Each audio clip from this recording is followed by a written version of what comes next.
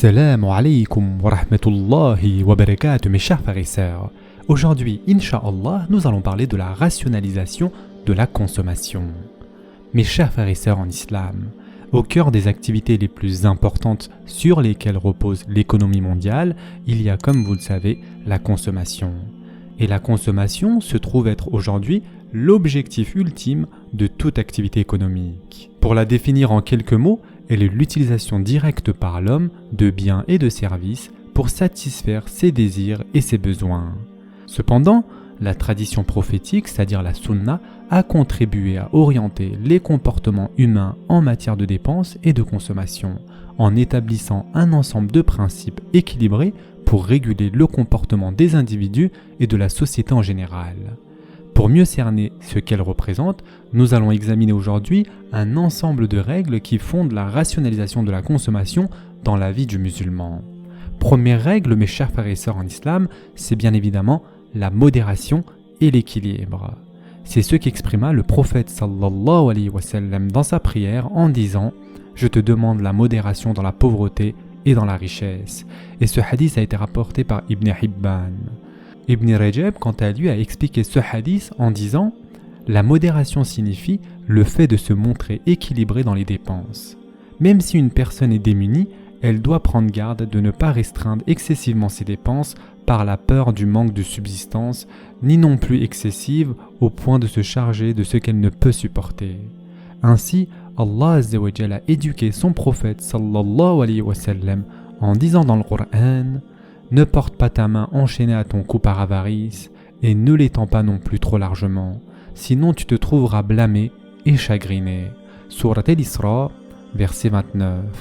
En revanche, la personne fortunée ne doit pas laisser sa richesse la pousser à l'excès et à l'oppression, mais plutôt apprendre à se montrer modéré. Et en effet, Allah Azza wa Jalla dit dans le Coran qui, lorsqu'ils dépensent, ne sont ni prodigues ni avares, mais se tiennent au juste milieu. Surat Al-Furqan, verset 67.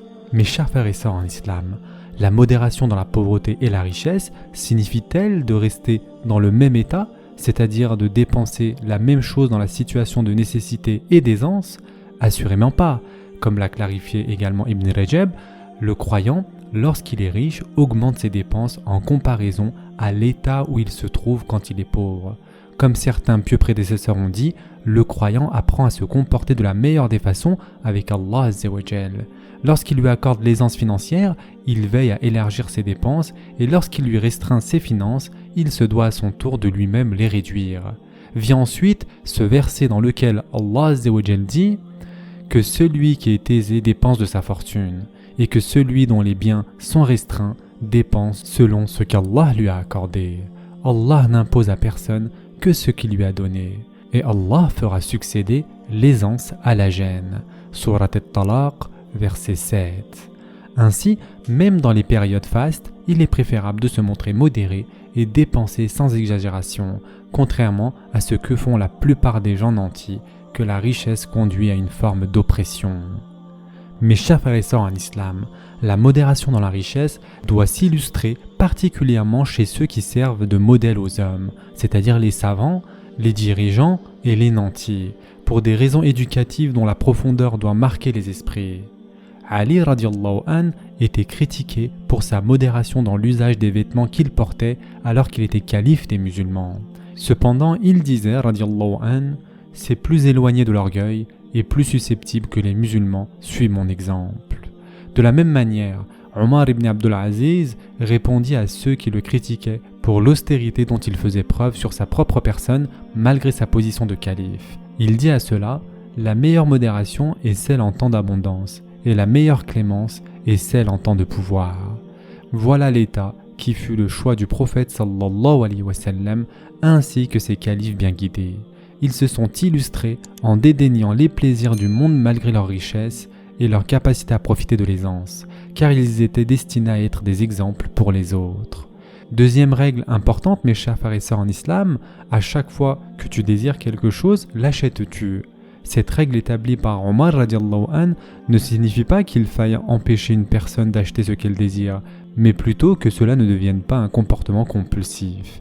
et réussira parfois donc à trouver la force de ne pas céder à ses envies d'achat, que cet achat soit utile ou non. Il est rapporté dans un hadith de Anas que le prophète sallallahu alayhi wa sallam a dit « C'est de commettre l'excès que de manger tout ce que tu désires ». Par ailleurs, un récit de Jabir radiallahu an rapporte que Omar ibn al-Khattab radiallahu an, ayant vu de la viande suspendue dans la main de celui-ci, lui dit « Qu'est-ce Jabir ?» Il a répondu « J'ai désiré de la viande, alors je l'ai acheté. » Omar radiallahu an a alors dit « À chaque fois que tu désires quelque chose, l'achètes-tu Jabir ? Ne crains-tu pas ce verset dans lequel Allah azza wa jal dit « Et le jour où ceux qui ont mécru seront présentés au feu, et il leur sera dit « Vous avez dissipé vos biens excellents, et vous en avez joui pleinement durant votre vie sur terre. On vous rétribue donc aujourd'hui du châtiment avilissant pour l'orgueil dont vous vous enfliez injustement sur terre et pour votre perversité. » Surat al-Ahqaf, verset 20. Ainsi, l'homme sage doit éduquer son âme en refusant d'assouvir certains de ses désirs afin que ceux-ci ne finissent pas par le dominer entièrement et qu'il se trouve ainsi submergé par ses passions. Négliger de discipliner l'âme de cette manière conduira inévitablement à de détestables habitudes qui s'enracineront dans la nature de l'homme, destiné à être le maître de son âme. Et se trouvant donc incapable de résister à celle-ci, deviendra peu à peu son esclave. La troisième règle, mes chers frères et sœurs, est profite de ta richesse au profit de ta période de pauvreté. Cette règle est tirée d'un hadith rapporté par le Hakim dans Al-Mustadrak d'après Ibn Abbas radiallahu an, où le prophète sallallahu alayhi wa sallam a dit « Profite de 5 choses avant 5 autres, de ta jeunesse avant ta vieillesse, de ta santé avant ta maladie, de ta richesse avant ta pauvreté, de ton temps libre avant d'être occupé et de ta vie avant ta mort. » Ce principe prophétique nous enseigne que la richesse peut n'être que passagère et disparaître tôt ou tard, et que par conséquent, il est sage d'en profiter de manière bénéfique pour l'au-delà et d'en réserver une partie pour ses besoins à venir. Combien de personnes ont été enrichies par la bénédiction d'Allah azza wa jal, mais n'ont pas su rendre grâce à leur Seigneur pour cette bénédiction, dépensant leur richesse avec prodigalité et insouciance. Mais une fois appauvris, à quoi bon servent les regrets lorsque le vent a tourné ? Et enfin, pour terminer, mes chers frères et sœurs, quatrième règle, gaspiller l'argent est un comportement détesté par Allah azza wa jal. Parmi les comportements qu'Allah azza wa jal déteste chez son serviteur, se trouve celui de donner de l'argent à une personne qui le gaspille dans les choses interdites ou inutiles. Ainsi, l'argent devient alors une bénédiction utilisée de façon ingrate à des fins illicites. Al-Bukhari rapporte que le prophète sallallahu alayhi wa sallam a dit « Allah vous a interdit l'ingratitude envers vos mères, de refuser ce qui est dû et de demander ce qui ne l'est pas, d'enterrer les filles vivantes, et il déteste pour vous les commérages, le questionnement excessif et le gaspillage de l'argent. » L'imam al-Rattabi explique ce hadith rapporté par l'imam al-Bukhari.